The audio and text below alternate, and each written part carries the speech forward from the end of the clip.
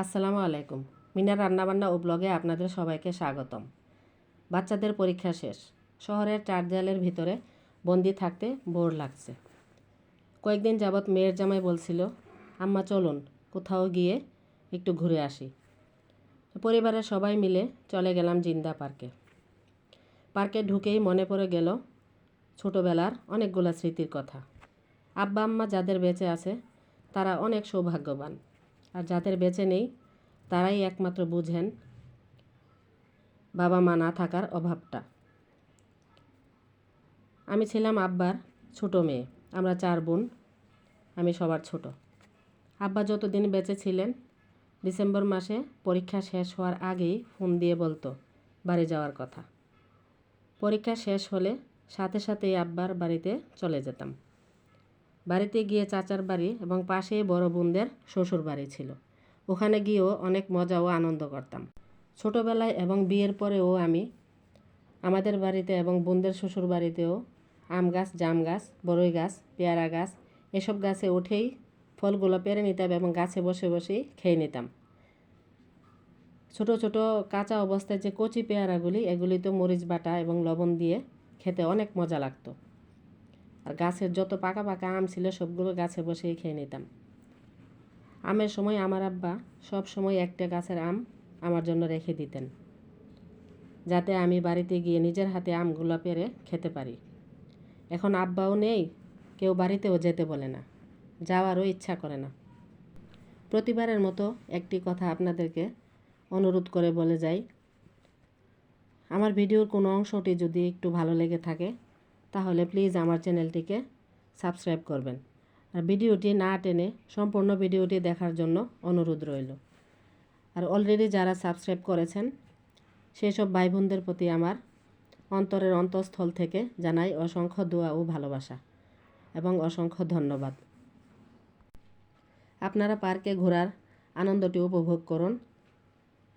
এই উপভোগ করতে করতে আমি আমার মনের অনেকগুলো কথা বলে ফেলেছি এবং আরও বলবো। আমরা সব সময় স্বামী, সন্তান ও সংসার নিয়ে ব্যস্ত থাকি।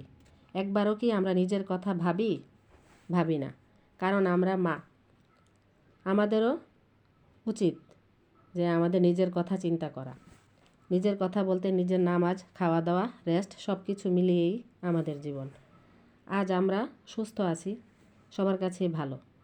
অসুস্থ হয়ে পড়ে থাকলে সবাই কয়েকদিন, কয়েক মাস করবে, তারপর থেকে কারো কাছে আর ভালো লাগবে না। এজন্যই আমরা সব সময় নিজের জন্য কিছু সময় বাঁচিয়ে রাখব।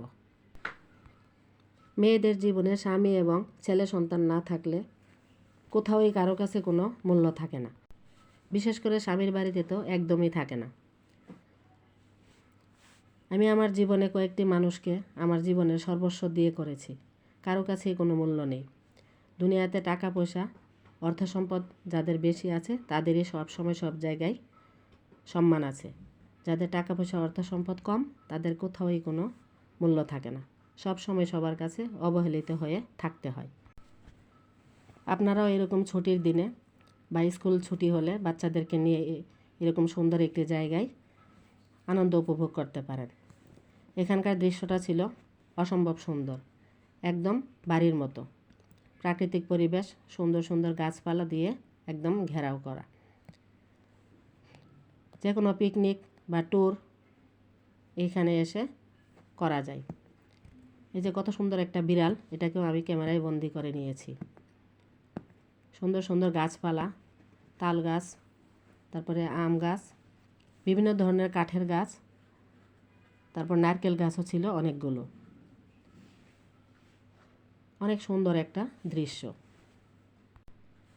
আমার এই পার্কে ঘোরার ভিডিওটি কেমন হয়েছে বা কেমন লেগেছে আপনাদের কাছে কমেন্টে আমাকে জানাবেন। এই পার্কটিতে অনেকগুলো সুবিধা আছে।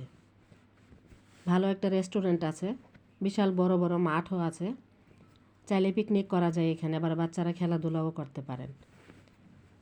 আগে থেকে বুকিং দেওয়া যায় খাবারের জন্য। রিসোর্টের মতো ছোট ছোট রুমও আছে, সেটাও ফোনে কন্ট্যাক্ট করে ভাড়া নেওয়া যায়। আপনারাও চাইলে যেতে পারেন এই সুন্দর পার্কটিতে। পার্কের ভিতরে ঢুকতেই গেটের দুই পাশে ছিল দুইটি চৌবাচ্চা। চৌবাচ্চাটির মধ্যে ছিল সুন্দর সুন্দর মাছ, বিভিন্ন ধরনের মাছ, কিন্তু পানির নিচে সবগুলো মাছকে দেখা যাচ্ছে না পরিষ্কার করে। গোল্ড কাপ মাছগুলোই খালি দেখা যাচ্ছে, যে ছোট ছোট কচুরিপানা, পানির নিচে আবার সবুজ শ্যাওলাও আছে। মাছগুলো অনেক সুন্দর স্বাধীনভাবে চলাফেরা করতেছে। গেটের পাশে ছিল বাঁশের বেতের বিভিন্ন ধরনের জিনিস। এখান থেকে আমিও একটি ঝুড়ি কিনে নিলাম, দামটাও ছিল কম। তো গেটের পাশে ছিল তরকারি, বিভিন্ন ধরনের তরকারি, লাউ, মিষ্টি কুমড়া, টমেটো, সিম, শীতকালীন সবজি দিয়ে। তো ঘোরাঘুরির শেষে আমাদের ক্ষুধা পেয়ে গেছে, তো আমরা একটা রেস্টুরেন্টে খাবার খেয়ে নিলাম। খাবারটাও ছিল খুবই ভালো।